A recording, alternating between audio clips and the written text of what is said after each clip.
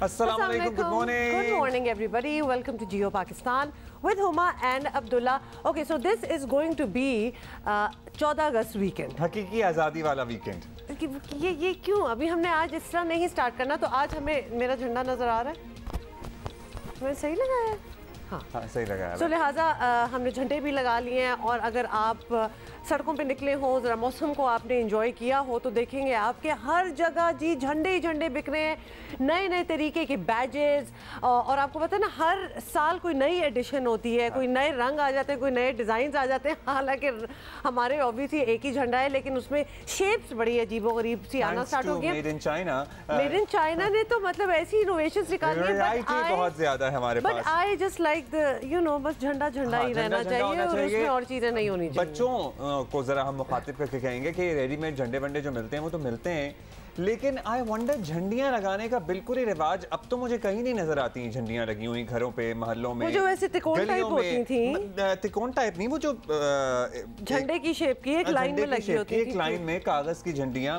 और हम पता है बड़े खास एहतमाम के साथ वो पहले तो आटे की लई में खुली झंडियां लाते थे, रस्सियां बांध के आटे की लई में खुद पहले लगाई जाती थी, आज वो झंडियां पिरोई जाती थी. और उसके बाद 14 अगस्त और फिर 14 अगस्त का दिन गुजरते ही वो झंडियां अम्मी कहती थी कि फौरन उतार लें, क्योंकि बेहुरमती ना हो झंडे की, क्योंकि वो झंडियां गिर भी जाती थी ना फिर. अच्छा, मेरे नाना अब्बू का ना जो घर था उसमें एक छोटा सा एक गैराज था, और वो बड़ा आसान था उसको, क्योंकि ऑब्वियसली इतनी भी झंडियां खरीद के दी नहीं जाती थी उस वक्त हमें, तो लिमिटेड वो पूरी एक लाइन होती थी जिसमें झंडियां लगी होती थी.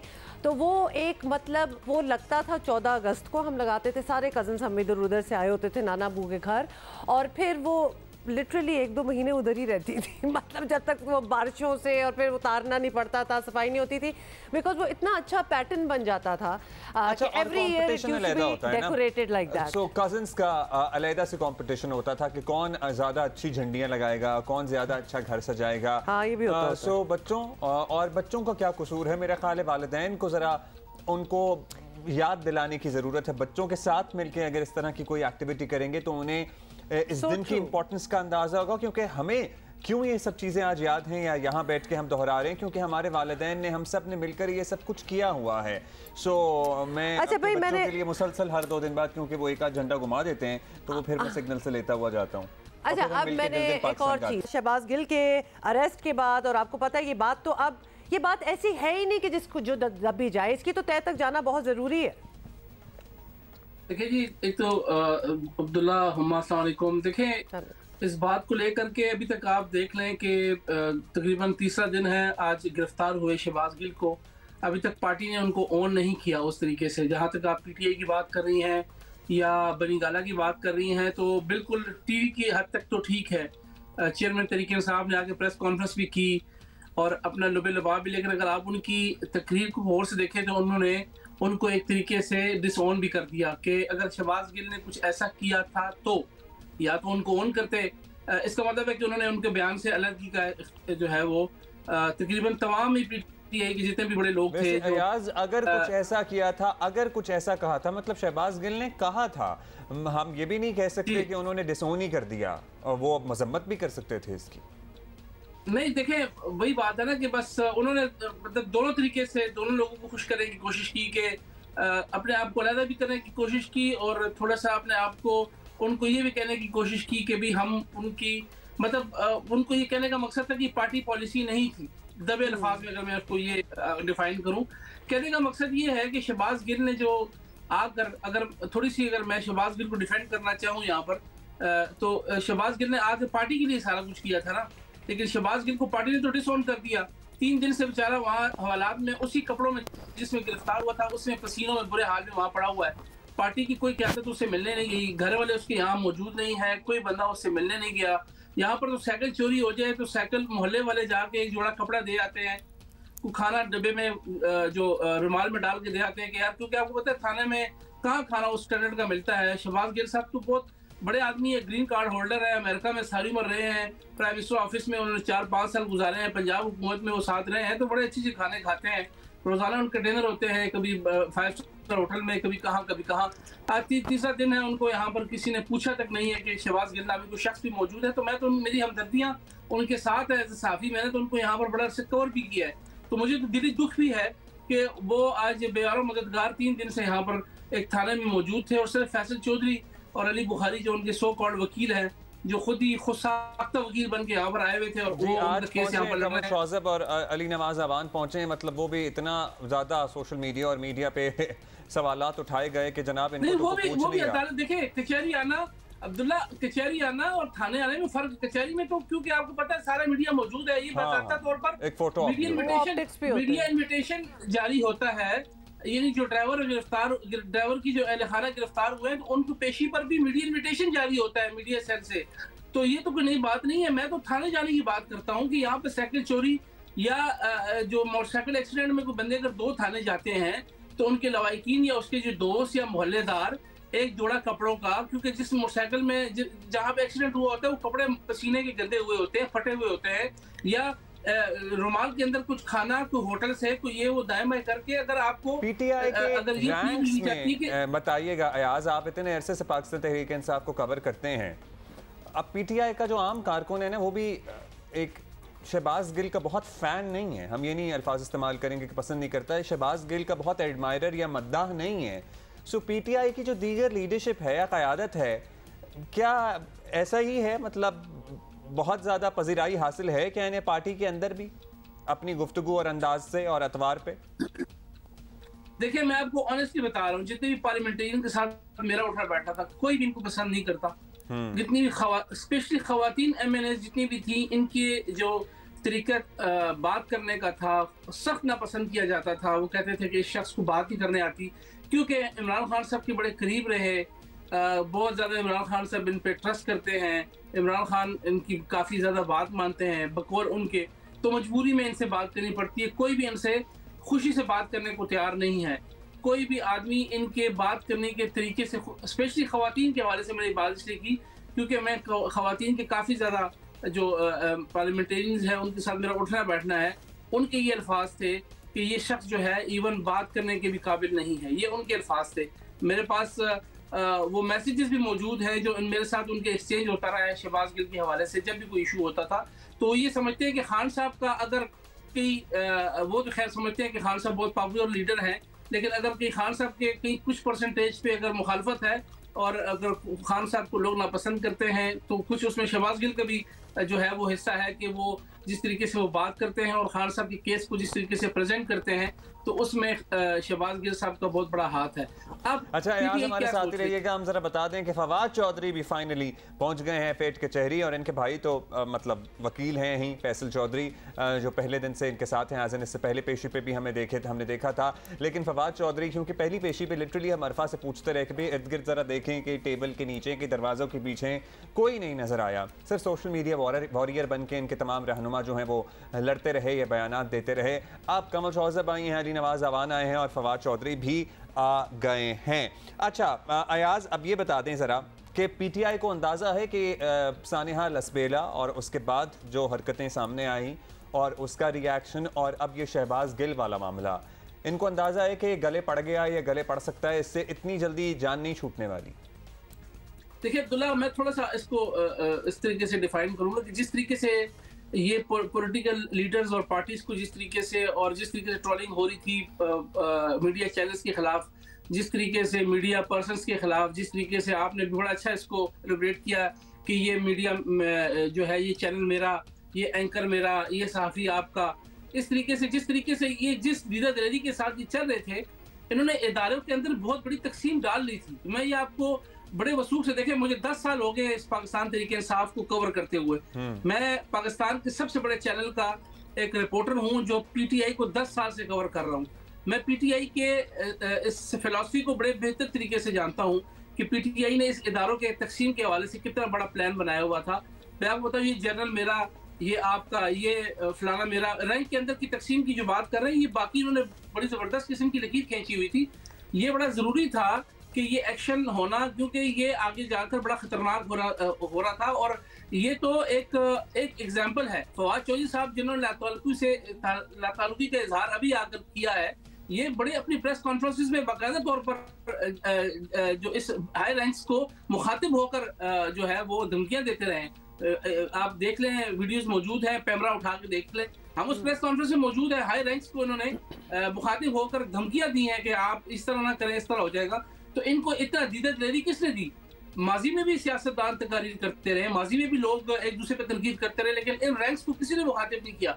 ये कल्चर इसी पार्टी ने आकर जो है वो मुतारफ करवाया कि इन्होंने डायरेक्ट रैंक्स को मुखातिब करने शुरू किया, और हम बड़े परेशान थे कि आज तक कार्रवाई क्यों नहीं हो रही, क्यों खामोशी है, क्यों ये लोग कहते हैं ना ढील दी जाती है ताकि देख लिया जाए कि अगला किस हद तक गिर सकता है, और उसके बाद यही हुआ। देखिए अब्दुल्ला शहबाज गिल जो एक अमेरिकन रेजिडेंट आदमी है जिसका कोई पॉलिटिकल बैकग्राउंड नहीं है, जी उसको ये शायद किसने मतलब एक यूनियन काउंसिल का इंतखाब नहीं लड़ा इन्होंने आज तक। बहुत शुक्रिया आपका अयाज, थैंक यू। और शायद ना ही लड़ें कभी, लेकिन वो एक अमेरिकन परमानेंट रेजिडेंट आकर हमारी फौज में ओहदों का नाम लेकर या रैंक्स का नाम लेकर ये कहता है कि जनाब अपने बॉसेस के अहकामात मानने में, और बाकी हैशटैग चलते हैं इम्पोर्टेड हुकूमतों के। खैर anyway, this is the latest so far. Karachi में कल कोई बिजली कड़की है, मतलब this is not very frequent sight in Karachi, तो लिहाजा अगर हम कहें, और ख़ासतौर पे जो लाहौर, इस्लामाबाद, पेशावर और बाकी मुल्क वाले लोग हमें देख रहे हैं तो वो हंसे ना हम पे। बारिश तो हमारे यहाँ कभी कभार हो ही जाती है, और जब होती है अब तो ज़रा ज़्यादा ही हो रही है, बट कहने का मतलब है all through out the year नहीं होती। हाँ। जुलाई अगस्त में हम डूब जाते हैं, लेकिन किसी सूरत हाल थी, मतलब बच्चे लिटरली सहम गए थे, लाइटनिंग बहुत कम हम देखते हैं, लाइटनिंग बहुत ज्यादा थी कि भाई क्या हो रहा है, क्या चल रहा है। और उसके बाद वैसे सड़कों पर पानी की क्या सूरत हाल है वो तो हम आपको अपडेट देंगे ही, लेकिन बारिश बहुत जोर की हुई, लेकिन बहुत ज्यादा तवील नहीं रही। हाँ, सो इसलिए शायद वो बुरा हाल नहीं हुआ जितना हम एक्सपेक्ट कर रहे थे कि इस बारिश के बाद या जिस तरह से बारिश शुरू हुई थी हो सकता है। और कराची की सड़कें पानी भरने की वजह से तो आपको पता ही है ख़राब हैं ही, जो सूरत हाल रहती है, मतलब आप कम्यूट नहीं कर सकते, आप आ जा नहीं सकते, बहुत सी जगहों पे कई कई दिन पानी खड़ा रहता है, वो मच्छरों की नर्सरी बन जाता है, ये एक और मसला। लेकिन इससे पहले बारिशों में पानी खड़ा रहने की वजह से, सेकंड पॉज, ये विजुअल आप देखें जरा, जो ये हालात हैं, मतलब पानी जब भर जाता है तो नीचे सड़क की, मतलब बेशक एक सिंक होल खुल गया हो आपको पता नहीं चलेगा, और ये बुजुर्ग अपने मोटर बाइक पे जा रहे थे और ऑब्वियसली सीधा जा रहे हैं, उनको क्या पता कि नीचे क्या, और इतनी बुरी तरह गिरे हैं, और साथ एक और खातून भी उनके साथ बुजुर्ग थी, और ये देखें जरा, और ये गिर गए। आपको पता है कि हमने एक सेगमेंट किया था, विजुअल है ये, आम शाम हम देखते हैं कुछ दिन पहले कि कराची में सड़कों पर पड़े गड्ढे और बहुत सारे मकामात पर अनसीन गड्ढे, क्योंकि पानी खड़ा होता है, गड्ढा नजर भी नहीं आता। लोगों को मोरों की तकलीफ हो रही है, कमर की बीमारियों में, पर्टिकुलरली जो हमारे दोस्त, हमारे बहन भाई मोटरसाइकिल पर सफ़र करते हैं वो इसमें मुब्तला हो रहे हैं, और गाड़ियों के गोडे गिट्टे अलहदा जवाब दे गए। यस एग्जैक्टली, वो अलहदा मसला है। अच्छा, हमारे कॉरेस्पॉन्डेंट खावर खान हमारे साथ हैं, जरा उनसे भी पता करते हैं। खावर, बहुत ही बुरा हाल है शहर का, ऑब्वियसली वो तो मेरा ख्याल है कि हर किसी को नजर ही आ रहा है। नहीं है, एज इन कल की बारिश के बाद, कल की बारिश के बाद वी मस्ट बी फेयर, हमने देखा है कि पानी खड़ा उस तरह नहीं हुआ जिस तरह एक दो हफ्ते पहले हमने देखा था। जी बिल्कुल, गुज़िश्ता रात जो बारिश हुई है, थोड़ी देर के लिए बारिश हुई, लेकिन बहुत तेज़ बारिश हुई, गरज चमक के साथ बारिश हुई, जिस तरह महकमा मौसमियात ने प्रेडिक्ट किया था कि बहुत ज़्यादा तेज़ बारिश होगी, लेकिन तेज़ बारिश हुई है, थोड़े वक्फे के लिए हुई, लेकिन उसके बाद जो सूरत हाल थी शहर के मुख्तलिफ मकामात पर, उस वक्त तो पानी जमा हुआ, लेकिन इस वक्त जो सूरत हाल है, जो शहर की मरकज़ी शाराएँ हैं, जिसमें शारा फैसल है, इस तरह एम ए जिन्ना रोड है, new M A Jinnah road है, यूनिवर्सिटी रोड है, इसी तरह नाज़माबाद के इलाके हैं, KDA चौरंगी है, या बोर्ड ऑफिस का इलाका है, वहाँ पर पानी जो है हमें उस तरह मेन शहरों पर नज़र नहीं आया है। थोड़े से पैचेस ज़रूर नज़र आए कि जहाँ पे पानी मौजूद है, लेकिन ओवरऑल कंडीशन जो है वो इस वक्त बेहतर है। पानी के हवाले से जो निकासी है, आब जो है जो सिस्टम चल चुका है कि जहाँ जहाँ सफाई की गई थी या निकासी आपके सिलसिले में जो इंतजाम किए गए थे वो कुछ हमें थोड़े बेहतर नज़र आए, जिसके बायस पानी जो है इस वक्त मरकज़ी शाहराहों पर हमें उस तरह नज़र नहीं आया है जिस तरह हमें माजी में नज़र आया था। ये सूरत हाल तो बारिश की रही, लेकिन बारिश के साथ जो एक बड़ा मसला यहाँ पे कराची वालों को देखने में आया कि गुज़िश्ता जो बारिश हुई है उसके बाद पानी निकासी अब बर वक्त नहीं हुआ, जिसके बायस शहर में जो है अब डेंगू के केसेस में जो है बेतहाशा इजाफा देखने में आ रहा है। यौमिया दर्जनों से ज़ायद अफराद जो हैं वो डेंगू में मुब्तला हो रहे हैं। सिर्फ कराची की अगर बात की जाए तो गुज़िश्ता 10 रोज़ के दौरान जो है तकरीबन 400 से ज़ायद अफराद, जिसमें ख़वातीन, बच्चे और बुजुर्ग शहरी भी शामिल हैं, वो डेंगू का शिकार हो चुके हैं। अभी तक कोई हलाकत रिपोर्ट नहीं हुई है अल्लाह ताला के फजलो करम से, लेकिन जो जो सूरत हाल है सरकारी अस्पतालों में एमरजेंसी जो है वो नाफिज की गई थी बारिशों की वजह से, तो जो सरकारी अस्पताल है वहाँ पर खुसूसी तौर पर जो डेंगू वार्ड्स हैं वो बनाए गए। जी चलें, डेंगू वार्ड्स भी हो गए बारिशों के लिए, जो ऑब्वियसली उसको भी कंट्रोल करने के लिए कोई रिपेयर वर्क्स वगैरह वो सब कुछ एक बात है, लेकिन अब जो डेंगू हो रही है और इतने कितने 230 ऑलमोस्ट केसेस अब तक हो चुके हैं कराची की, अगर हम बात करें कोई स्प्रेज वगैरह कराए जा रहे हैं इंतज़ामिया ने, कोई इंसेक्टिसाइड, बहुत सी चीज़ें होती हैं ऑब्वियसली कंट्रोल करने के लिए, अब ये हो ही गया है तो इसको रोकने के लिए कुछ किया जा रहा है एडमिनिस्ट्रेशन की तरफ से? जी फ़िलहाल सिर्फ महकमा सेहत से जब हमारी बात हुई हुकाम से, उनका ये कहना है कि जी उनकी ज़िम्मेदारी जो है मरीज़ अगर अस्पताल पहुंच जाए तो उसको सेहतयाब करना है, लेकिन जो स्प्रे का मामला है या जो सफाई सुथराई का मामला है वो KMC का महकमा करता है, बल्दिया उज़्मा कराची करता है। तो महकमा सेहत के सिलसिले में 12 ख़त ज़रूर लिखे गए हैं, लेकिन हमें स्प्रे होता हुआ नज़र नहीं आया कि शहर के किस मकाम पर जो है किताबत चलती है। ओवरऑल वैसे खबर अब तक कितने, दोबारा से बताइएगा, डेंगू मलेरिया वगैरह के रैम्पेंट हैं केसेस, मतलब जितने हर साल इस सीजन में होते हैं उतने ही हैं या इस दफा ज्यादा है? जो हमारी माहिरीन सेहत से बात हुई अब्दुल्ला, उनका ये कहना है कि ये तो सिर्फ वो केसेस हैं जो अस्पताल में रिपोर्ट हो रहे हैं सरकारी अस्पतालों में। बड़ी तादाद में लोग ऐसे हैं जो कि प्राइवेट हॉस्पिटल्स या निजी अस्पतालों की तरफ जाते हैं, क्लिनिक्स में जाते हैं, जिसकी वजह से बड़ी तादाद ऐसी है कि जो रिपोर्ट नहीं हो रही है। और ये जो केसेस बताए गए हैं महकमा सेहत सिंध की जांच में, इसमें से 90% केसेस ऐसे हैं जो कि सिर्फ कराची में रिपोर्ट हो रहे हैं। अंदरून सिंध की जो रिपोर्टिंग है उस पर भी सवालिया निशान ज़रूर मौजूद है। जो महकमा सेहत के जो हुकाम है उनका ये है कि जी केसेस ज़रूर बढ़ रहे हैं माली गुज़िश्ता सालों के मुकाबले में। इस साल केसेस जो है अब तक जो रिपोर्ट हुए हैं वो तो तादाद कम है, लेकिन जो एक्चुअल कंडीशन है जो हमारे दीगर बहुत सारे लोग घर में भी रिकवर हो जाते हैं, बहुत सारे प्राइवेट अस्पताल भी जाते हैं, सो ये फिगर बहुत ज़्यादा है। Keeping us updated. तो अगर हम 230 एक रफ फिगर जो हमारे सामने आया हुआ है उसको आप डबल भी कर दें, मतलब that is a lot. Shahbaz Gill को आज फिर अदालत में पेश किया गया। 2 रोज़ा जिस्मानी रिमांड मुकम्मल होने के बाद प्रोसिक्यूटर की तरफ से दोबारा से उनके जिस्मानी रिमांड में इस्तदा की तौसी की इस्तदा की गई है। फैसला महफूज हो गया है, 10:30 बजे सुना दिया जाएगा। जो इनकी ड्राइवर की अहलिया थी उनकी जमानत मंजूर हो गई है। हामिद मीर साहब, सीनियर सहाफ़ी तज्ज़ियाकार, ये मामला आगे पाकिस्तान तहरीक इंसाफ के लिए कितनी मुश्किल ला सकता है? एज एन ऑलरेडी मुश्किल तो है ही, लेकिन क्या ये मामला जल्द सॉर्ट आउट होता हुआ नज़र आ रहा है या नहीं? हामिद मीर साहब से पूछते हैं। बहुत शुक्रिया आपका मीर साहब, आपने वक्त दिया। मीर साहब, अब जितना हम समझ सके हैं कहीं से भी ये राय सामने नहीं आई है कि शहबाज गिल के बयान का दिफा मुमकिन है। मतलब अभी इससे पहले जो खान साहब ने भी अपनी press conference sort of media talk की थी, डिफेंड तो वो भी ना कर हाँ, डिफेंड तो वो भी नहीं कर सके। तहरीक इंसाफ के बड़े लीडर भी यही कहते पाए गए, लेकिन साथ ही हमने देखा है कि इमरान खान साहब खुलकर मजम्मत भी नहीं कर रहे हैं। तो क्या ये फैसला दुरुस्त है उनका?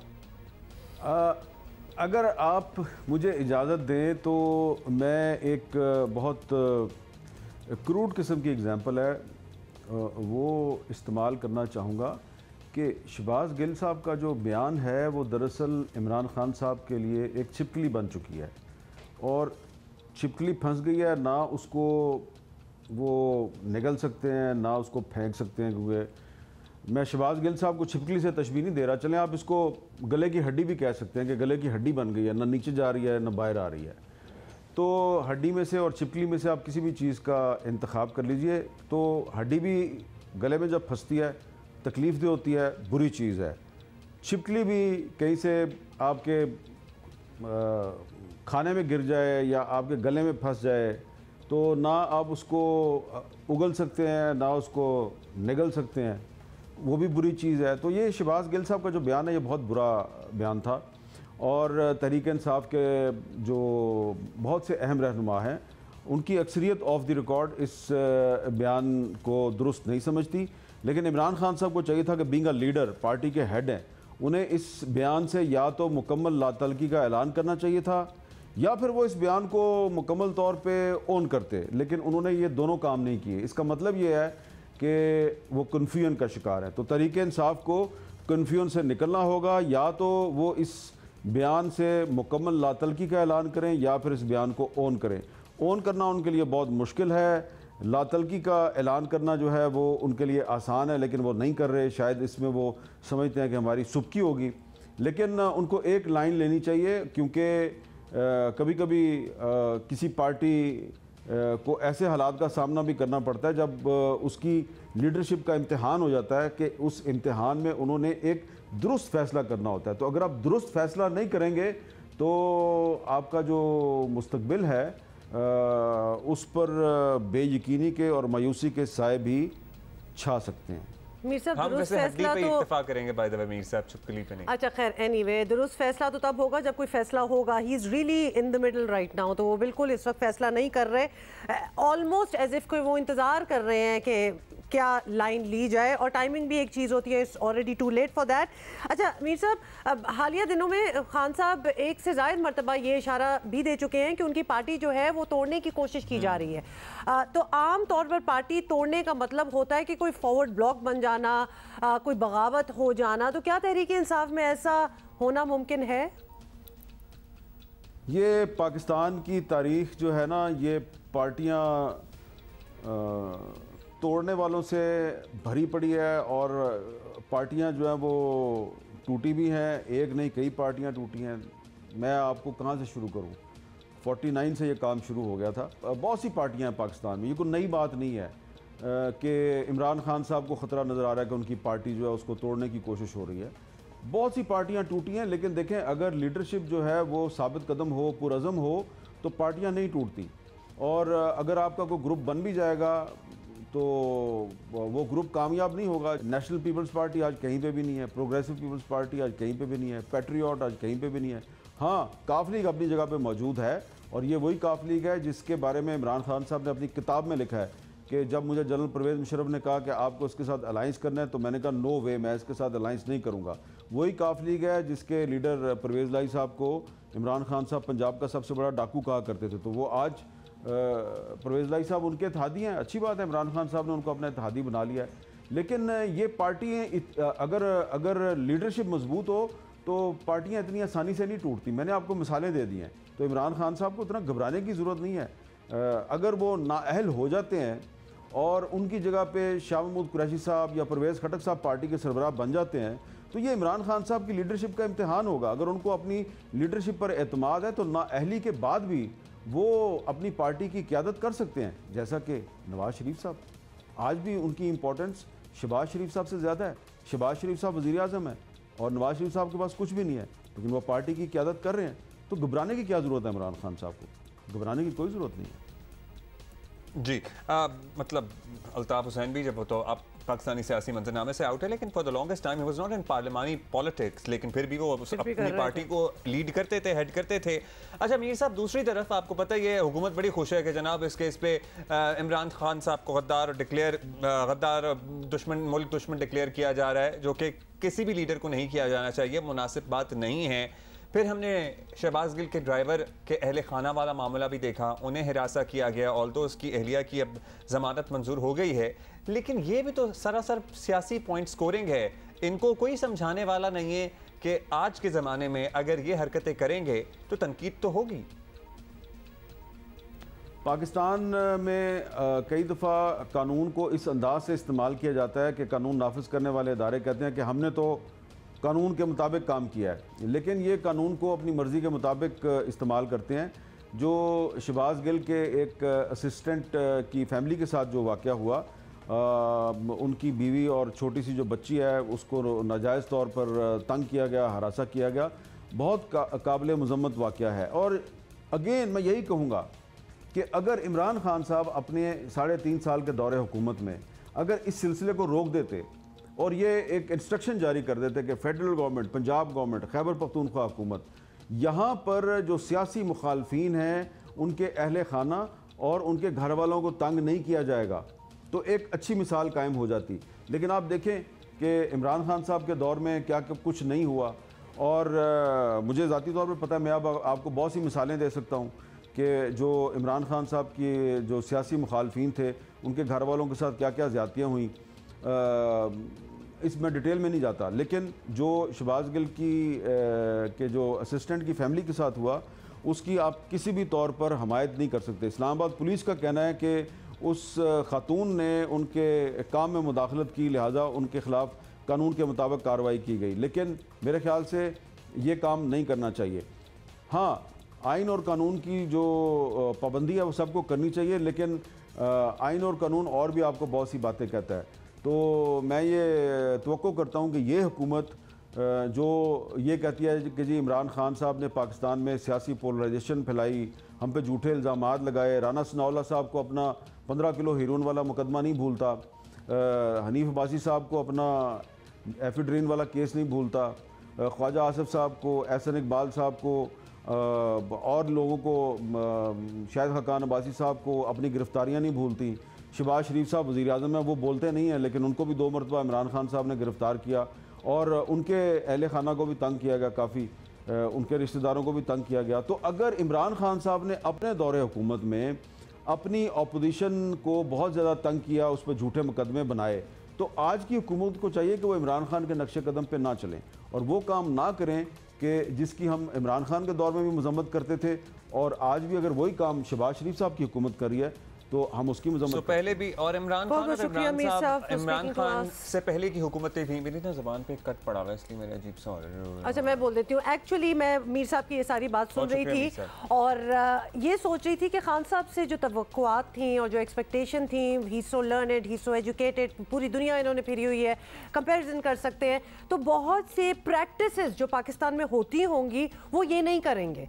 लेकिन अफसोस सारा इस बात का है कि उन्होंने एग्जैक्टली वो ही किया, तो लिहाजा वो जो तब्दीली चेंज की जो हम एक्सपेक्टेशन रख रहे थे वो आई नहीं। अब ये कह देना बढ़ चढ़ कर किया, अब ये कह देना जी पहले इन्होंने भी तो हमारे साथ ये किया, ये भी यही करते हुए आए हैं, बट यही तो आपने नहीं करना था ना, वो तो आपस में करते आए हैं, बट यही तो इसी प्रैक्टिस को तो ब्रेक लगानी थी और आपने नई प्रैक्टिस लानी थी, आपने बेहतरी लानी थी कि जनाब उन्होंने सियासत भी तो इसी मुल्क में करनी है और इसी सिस्टम, भाई वो सिस्टम ही तो चेंज करने के लिए आए थे। What is the challenge? अगर उस सिस्टम में रह के वो ही गंद करना है तो आपने चेंज क्या लाया? अच्छा, और एक कमाल तो वो हो कि आप कोई चीज मुख्तलिफ करके दिखाएं कि अभी ये हो रहा है जिसकी हम यहाँ बैठे मजम्मत कर रहे हैं, शहबाज गिल के ड्राइवर के अहले खाना को जो हिरासा किया गया उसकी हर तरह से हम मजम्मत कर रहे हैं, नहीं होना चाहिए था और अब जमानत हो गई है, अच्छी बात है। लेकिन अगर इमरान खान साहब दोबारा बरसरे इख्तिदार आए, यही सब कुछ दोबारा एग्जैक्टली ये डिफरेंस। अभी वो 3 साल इज अ बिग टाइम, 3-4 साल वो आए हैं, रहे हैं, बहुत सी चीजें उनको जीरो टॉलरेंस कर देनी चाहिए थी कि ये तो मेरे होते हुए तो ये होगा ही नहीं। आप पहले कुछ की ऐसा बात कर रही हैं, दोबारा अगर आएंगे तब भी यही सब कुछ होगा, शायद ज्यादा हो। खैर एनीहाउ, अभी आगे हम बढ़ेंगे और कॉमनवेल्थ गेम्स में पाकिस्तानी दस्ते की निस्बतन बेहतर कारकर्दगी के बाद उम्मीद थी कि इस्लामी यकजहती गेम्स में हमारा जो मोमेंटम है ना वो नहीं टूटेगा, लेकिन पाकिस्तान ताहाल मेडल से महरूम है। पाकिस्तान के 40 सही पढ़ा मैंने, पाकिस्तान के 40 साला जिम्नास्ट हैं मोहम्मद फजल। आई डोंट नो वैसे कि वैसे बड़े यंग बच्चियां आपको पता है इन मुकाबलों में नजर आते हैं, लेकिन एक्सपीरियंस भी सर्टेनली इंपॉर्टेंट होता है और हमारे यहाँ ये स्पोर्ट नहीं होता, let us just say it. तो लिहाजा अगर किसी ने पूरी जिंदगी इसको करते रहे हैं और अब जाके मौका मिला है और वो बाय दैट टाइम 40 साल के हो गए हैं, तो फिर क्या हमें बार बार ये मेंशन करना चाहिए? बिल्कुल नहीं। तो जी मोहम्मद अफजल मुकाबलों में बार तो नहीं किया है, नहीं आपको पता है सोशल मीडिया ने इस पे बहुत ज़्यादा कमेंट किया है, इनकी कारकर्दगी पे कम कमेंट किया है, which was obviously not up to the mark, लेकिन इनकी उम्र का बहुत कमेंट किया है, तो ये गलत बात है। मेडल के करीब पहुंचकर ये हिम्मत हार गए। मोहम्मद अफजल हमारे साथ हैं, उन्हीं से ज़रा हम समझने की कोशिश करते हैं कि how does this thing work. बहुत शुक्रिया आपका मोहम्मद अफजल। मोहम्मद अफजल, पाकिस्तान जिमनास्ट के मैदान में सर्टनली दुनिया से बहुत पीछे है। अब इसके लिए इस मैदान में अगर कोई आगे आता है तो हम उसकी कोशिश करते हैं कि हौसला अफजाई करें, इसलिए हमने आपको यहाँ दावत दी है। आपने यहाँ पहुँचकर सर्टनली एक माइलस्टोन तो अचीव किया है। ज़रा निज़ाम के बारे में हमें बताएं कि आप यहाँ तक कैसे पहुँचे। हमारा सिस्टम है कि जिमनास्ट जैसे स्पोर्ट को सपोर्ट करता है? मैं इस मुकाम पर हूँ, इसका सारा क्रेडिट मैं अपने वालिदैन की दुआएं और अपने टीचर्स की मेहनत को देता हूँ। जिमनास्टिक्स के पीछे रहने की एक और वजह ये है कि पूरे पाकिस्तान में जिमनास्टिक का कोई भी एक अपना जिमनेजियम नहीं है कि जिसमें सिर्फ जिमनास्टिक्स हो। और हमारे पास जो इस वक्त जिस अपरेटस के ऊपर हम सामान पे जो प्रैक्टिस करते हैं वो 40 साल पुराना टूटा फूटा सामान है, तो उस पे बड़ी मुश्किल से हम लोग प्रैक्टिस करके तो इस लेवल पे आज खेलने आए हैं। तो मेरी हुकूमत से ये गुजारिश है कि सबसे पहले हमें एक जिमनास्टिक्स के लिए जिमनेजियम बना के दिया जाए, पूरे पाकिस्तान में जिमनेजियम बनाए जाएं और पाकिस्तान में टैलेंट की कमी नहीं है। अगर जिम्नास्टिक का जिम्नेजियम और अपरेटस लेटेस्ट दिए जाएं तो इंशाल्लाह मैं आपको कहता हूं कि पाकिस्तान में इतना टैलेंट है कि आगे आने वाले 5 से 6 साल में इंशाल्लाह हम ओलंपिक में क्वालिफाई कर सकते हैं। डेफिनेटली हुकूमत को बहुत कुछ करना चाहिए, लेकिन आधे से ज़्यादा पाकिस्तान को तो अब समझ आ रही है कि ये स्पोर्ट क्या है, तो लिहाजा इसमें टाइम लगेगा। और आप शायद हम कह सकते हैं फ्लैग बेरर हैं, क्योंकि इससे पहले हमने किसी कंटिजेंट में अपने पाकिस्तानी जिमनास्ट को जाते हुए नहीं देखा। ये बता दें इनफैक्ट कि आपकी ये जर्नी स्टार्ट कैसे हुई, आपका इंटरेस्ट इस फील्ड में कैसे आया? क्या बहुत छोटी उम्र से आप कर रहे हैं? किसने आपको सिखाया? तो इसकी भी ज़रा बैकग्राउंड हम बड़े क्यूरियस हैं, सुनना चाहते हैं कि किस तरह ये मामला शुरू हुआ। मैं तकरीबन 12 साल की उम्र से जो है जिम्नास्टिक्स को खेल रहा हूँ और इस वक्त मेरी उम्र जो है वो 40 साल हो चुकी है। जो रिसेंटली जो मैं कॉमनवेल्थ गेम्स में खेल रहा था उस वक्त मेरी उम्र 39 थी और यहीं पर मेरी उम्र जो है इस वक्त 40 हो गई है। तो अब मैं देखूँगा अगर जो मेरी फिटनेस जो है इसी तरह रहती है तो मैं इंशाल्लाह खेलूँगा। फ़िलहाल मेरा अभी जिम्नास्टिक छोड़ने का कोई इरादा नहीं। पाकिस्तान की जिम्नास्टिक्स इस वक्त तमाम दुनिया की जिम्नास्टिक्स से बहुत पीछे जा चुकी है। उसकी वजह यह है कि जिम्नास्टिक्स पाकिस्तान में बहुत कम खेली जा रही है। इसे ग्रास रूट लेवल पे आम किया जाए और स्कूल्स में आम किया जाए तो इंशाल्लाह जिम्नास्टिक को फ़रोग मिलेगी। अच्छा, कुछ तनकीद भी हो रही है आपकी वीडियोस हमने भी देखी हैं। लैंडिंग में सर्टनली कुछ we are no experts although, हम तो पता नहीं हमें कमेंट भी करना चाहिए या नहीं करना चाहिए, लेकिन लैंडिंग नहीं ठीक तरीके से आप कर पाए, उसमें इश्यूज थे। तो फिर आपकी उम्र पर भी सवाल उठाया गया। अभी आपने कह दिया कि आप तो अभी छोड़ ही नहीं रहे हैं जिम्नास्टिक, मतलब करते रहेंगे। तो क्या उम्र का कोई ताल्लुक होता है स्पोर्ट्स से? कॉमनवेल्थ गेम्स की परफॉर्मेंस को लेकर लोगों ने मेरी परफॉर्मेंस पे बड़े नेगेटिव कमेंट्स किए हैं और मेरी एज को भी कहा कि 39 ईयर ओल्ड को ले गए हैं, जूनियर्स को चांस देना चाहिए था। तो मैं आपको बताता चलूँ मैं इस वक्त टर्की के शहर पूर्णिया में इस्लामिक गेम्स में पार्टिसिपेट कर रहा हूँ और साथ मेरे जूनियर्स भी हैं 2 और अल्हम्दुलिल्लाह मैंने फ़ाइनल के लिए क्वालिफाई किया और अपना बेस्ट दिया है। पाकिस्तानी भाइयों की दिल आज़ारी हुई है मेरी कॉमनवेल्थ की परफॉर्मेंस पर, उनसे मैं माजरत चाहता हूँ और जियो न्यूज़ का मैं शुक्रिया अदा करता हूँ कि जिन्होंने मेरा पैगाम आप लोगों तक पहुँचाया। मोहम्मद अफजल, आपको गुड लक कहेंगे और आप फाइनल तक पहुंच गए हैं यहाँ कोनिया में जो इस्लामिक सॉलिडारिटी गेम्स हो रही हैं। होपफुली आपकी बेहतर परफॉर्मेंस रहे और थैंक यू। लेकिन आपको डेफिनेटली हम इनकरेज इसलिए करेंगे और बिल्कुल नेगेटिविटी में ना जाएं। हम लोगों को पता नहीं क्यों शौक है और ख़ास तौर पे जो खबरें हमारी तक पहुँचती हैं ना, और उसका प्लेटफॉर्म क्या होता है सोशल मीडिया, वो that is not the true अक्कासी। मैं कहूँगी ट्रू रिप्रेजेंटेशन। उड़ाना एक होता है मजाक करना, हमें मजाक उड़ाने का तो ऐसा लगता है कि अब ये हॉबी बन चुकी है, फेवरेट पास टाइम हो चुका है। और जिसने जो करना हो ना वो इस तरह वो घोड़े की वो नहीं लगाते। फोकस रखें और करते रहें। उम्र और व्हाटएवर इम्पेडिमेंट्स आपके रास्ते में आते हैं ना सोचें, just do it for yourself. मतलब सहूलियात है, कोई 40 साल पुराना इक्विपमेंट है जिस पे काम कर रहे हैं तो क्या उसमें भी यहाँ तक पहुँच जाना कोई मतलब कि कोई लिटरली इस तरह कोई लटक के ही दिखा दे तो बड़ी बात होगी, जो आप कर रहे हैं। So keep doing what you're doing। नौजवानों का आलमी दिन मनाया जा रहा है और इस दिन को मनाने का मकसद नौजवानों को दरपेश मसाइल को सामने लाना है। तरक्की याफ्ता ममालिक के नौजवान के बरअक्स हमारे मुल्क में आपको पता ही है हमारे अलग ही मसले हैं और सबसे बड़ा मसला तो ये है जॉबलेसनेस और मतलब नौकरियां नहीं हैं, रोज़गार नहीं है, तालीम के यकसा मौक़े नहीं हैं, जो मौक़े हैं इतने एक्सपेंसिव हैं कि लाखों रुपए कहाँ से फीस दें, सेहत की सहूलियात भी मुनासिब नहीं हैं और सियासी जमातों पर नज़र डालें तो वहाँ भी नौजवानों की नुमाइंदगी ना होने के बराबर। लिटरली कोई भी जमात ऐसी नहीं है जो दावा कर सकती है। अक़वाम मुत्तहिदा के ज़ैली इदारे बराए तामीर व तरक्की UNDP के मुताबिक मुल्क में मजमूई आबादी का कुल 64% हिस्सा 30 बरस से कम उम्र नौजवानों पर मुश्तमिल है। इस पे पॉज करें सर, आप तादाद देखें और ख़ास तौर पे जो हमारी जो पॉपुलेशन का हुजम है तो उसमें अगर 64% जो है अंडर 30, तो हमें वॉर फुटिंग, इमरजेंसी फुटिंग पे कुछ करने की इसलिए भी ज़रूरत है कि एक तो इस पूरे क्या मैं कहूँगी ये हमारी एक वर्क फोर्स हो सकती है, ये हमें लिटरली ड्राइव कर सकते हैं, ये पाकिस्तान को बहुत मुश्किलात से निकाल सकते हैं बिकॉज हम अपनी फ्यूचर जनरेशन की बात कर रहे हैं। We should work on that. तो क्या वर्क हो रहा है क्या नहीं हो रहा है इस पे मेरा ख्याल है कि बात हो जाए। Special prime minister on youth affairs Shaza Fatima Khawaja हमारे साथ हैं, उनसे ज़रा बात करते हैं कि क्या इरादे हैं। बहुत शुक्रिया शज़ा साहिबा। मुल्क का मुस्तकबिल नौजवानों ने ही संभालना है, मुल्क का मुस्तकबिल नौजवान हैं, मुस्तकबिल की पॉलिसियाँ बनाने और फैसला साजी करने वालों में नौजवानों की नुमाइंदगी हमने अभी भी ये बात की है कि बिल्कुल ना होने के बराबर है। ना हुकूमत में, ना पार्लियामेंट में, ना ही सियासी जमातों में। तो क्या आप लोगों ने सोचा है इस सिलसिले में? बेहतरी की तो बहुत गुंजाइश है, करेंगे भी? बिस्मिल्लाहिर्रहमानिर्रहीम। देखिए, पहली बात तो ये है कि मेरे ख़्याल से कि ये काफ़ी मिसकंसेप्शन है कि पाकिस्तान की जो पार्लियामान है उसके अंदर नौजवानों की नुमाइंदगी नहीं है। जो हमारी 2013 की हुकूमत थी, हमारा एक पार्लियामेंट के अंदर एक यंग पार्लियामेंटेरियंस फोरम है, तो 100 से ज़्यादा लोग जो हैं वो यंग पार्लियामेंटेरियंस फोरम के मेंबर थे, यानी कि 100 से ज़्यादा ऐसे मेंबरान थे 342 में से, जो कि पहली दफ़ा MNAs भी बने थे और यंग पार्लियामेंटेरियंस थे। और इस दफ़ा भी तकरीबन 125 के करीब ऐसे MNAs हैं जो कि यंग पार्लियामेंटेरियंस की उसके अम्ब्रेला के अंदर आते हैं। तो नौजवानों की तादाद जो है वो पार्लियामान में और उनकी नुमाइंदगी मेरे ख़्याल से कि इतनी बुरे हालात नहीं हैं जितने समझे जाते हैं। और अगर आप कैबिनेट को भी देखें तो इस दफ़ा की जो काबीना है उसके अंदर बहुत ज़्यादा जो है वो यंग लोगों की नुमाइंदगी है।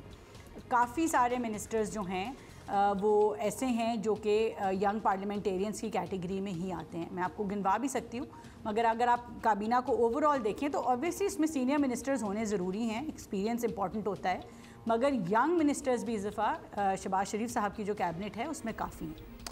चलिए, बहुत अच्छी बात है शिजा कि आपने हमें बताया कि actually a lot of young people are also taking interest and actively involved as well. तो लिहाजा हम एक्सपेक्ट कर सकते हैं कि हमारा फ्यूचर जो होगा। इंटरेस्ट का तो वैसे अब सवाल बनता नहीं है, मतलब आपको पता ही कि हमारी यूथ कितनी इन्वॉल्व्ड है, बहुत ज़्यादा इन्वॉल्व्ड है, लेकिन एक पॉजिटिव इन्वॉल्वमेंट होती है और एक बस वो क्रिटिकल ही होने के लिए होती है। There is a division over there. But anyway Shiza, सियासी बात करें तो आप जानती हैं कि अगले इंतखाबात में नए वोटर्स और ऑब्वियसली नौजवानों का किरदार बहुत ही अहम होगा। तो पीपल्स पार्टी के पास एक नौजवान लीडर है, वहाँ तो सेटिंग होगी, और तहरीक इंसाफ के पास नौजवानों का लीडर है।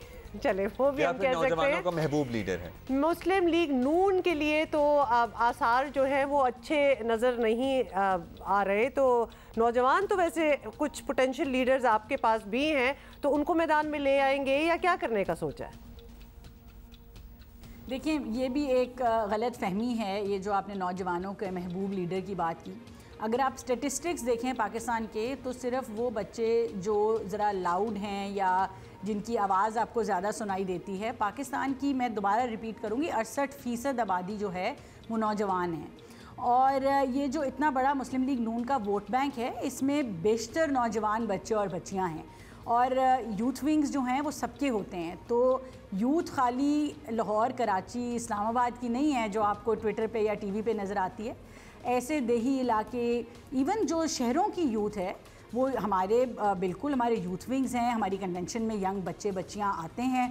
अब एक जो ब्रांडिंग और हाइप जो है अगर खान साहब ने एक क्रिएट की हुई है, तो वो एक फ़र्क बात है कि आप चीज़ों के नाम बदल बदल के जो हैं वो अपने नाम लगाएं। जैसे हमारा प्राइम मिनिस्टर्स यूथ प्रोग्राम जो है वो 2013 से चल रहा है, मगर इमरान खान साहब ने अगर उसको कामयाब जवान का नाम दे के उसकी तख्ती बदल के और बल्कि हमारे प्रोग्राम को छोटा कर दिया, तो इसका ये मतलब नहीं है कि सारी यूथ जो है वो महबूब लीडर बन गए हैं। लोगों को पता है, बच्चों को पता है, हमारे बच्चे बहुत बाशऊर हैं कि कौन है जो सिर्फ तख्तियाँ बदल रहे हैं, कौन है जो सिर्फ इश्तिहारात पे ज़ोर दे रहे हैं, और कौन है जो दरअसल पाकिस्तान की मईशत को मुस्बत तरीके से बेहतर कर रहे हैं।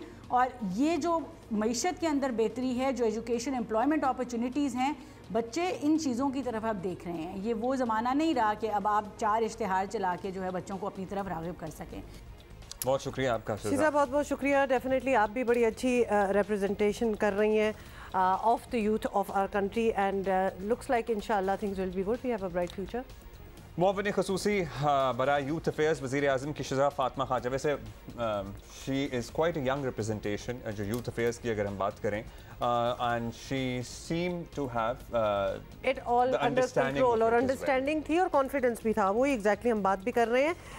अच्छा जी, मूविंग ऑन, जल्दी से जी इस पे बात करनी है। अफजाल अहमद कौसर, डीआईजी ऑपरेशंस लाहौर से हम बात कर रहे हैं और आपसे बस हम सबसे पहले और आखिरी बात यही पूछना चाहते हैं कि इस साल ये ना हो, ये वन व्हीलिंग, लोग एक दूसरे को तंग कर रहे हैं, ख़ास तौर पे ख़वातीन बच्चियों को तंग किया जा रहा है, टू मेक श्योर ये ना हो, आप लोग क्या कर रहे हैं? बिस्मिल्लाहिर्रहमानिर्रहीम। 14 अगस्त का दिन हम सब की ज़िंदगियों में बहुत अहम है। हम सब पाकिस्तानी हैं और हमें इस दिन आज़ादी मिली। इस आज़ादी को हासिल करने में हमारे आबाओ अजदाद की कुर्बानियाँ, उनका खून शामिल है। तो बिलाशुबा ये हम सब के लिए बहुत खुशी का दिन है, लेकिन इस खुशी को मनाते हुए हमें अपनी तहज़ीब, रिवायात और कानून को हरगिज़ नहीं फरामोश करना चाहिए। लेटली हमने देखा है पिछले चंद सालों में कि 14 अगस्त के मौका पे हुल्लड़बाजी, हवाई फायरिंग, वन व्हीलिंग, ये यंगस्टर्स में ये ट्रेंड बहुत ज़्यादा हो गया है। दिस टाइम अराउंड हमने फ़ैसला किया है कि we'll be very strict in application of law. और बिल्कुल जैसे आपने सवाल में कहा कि पुलिस खुली छूट क्यों देती है, तो बिल्कुल किसी को खुली छुट्टी नहीं दी जाएगी। और जैसे मैंने कह दिया कि बहुत स्ट्रिक्ट एप्लीकेशन ऑफ लॉ होगी, चाहे वो हुल्लड़बाजी है, एरियल फायरिंग है या बाकी इस तरह की चीज़ें हैं। तो इसके लिए हमने अपने प्लान्स बना दिए हैं और हम जनरल पब्लिक को भी सेंसिटाइज़ करने की कोशिश कर रहे हैं कि इस तरह की चीज़ें ना की जाएँ। शुक्रिया आपका with massive presence of police. ये अच्छा लगा कि you are going to be very strict about it this time, और आवाम को हम यही कहेंगे कि रिस्पॉन्सिबली आप मनाएं, इस दिन को ज़रूर सेलिब्रेट करें, लेकिन be a little responsible and respectful and जश्न आज़ादी। इससे ज़्यादा क्या मौका है हमें अपने मुल्क के लिए रिस्पेक्टफुल होने का?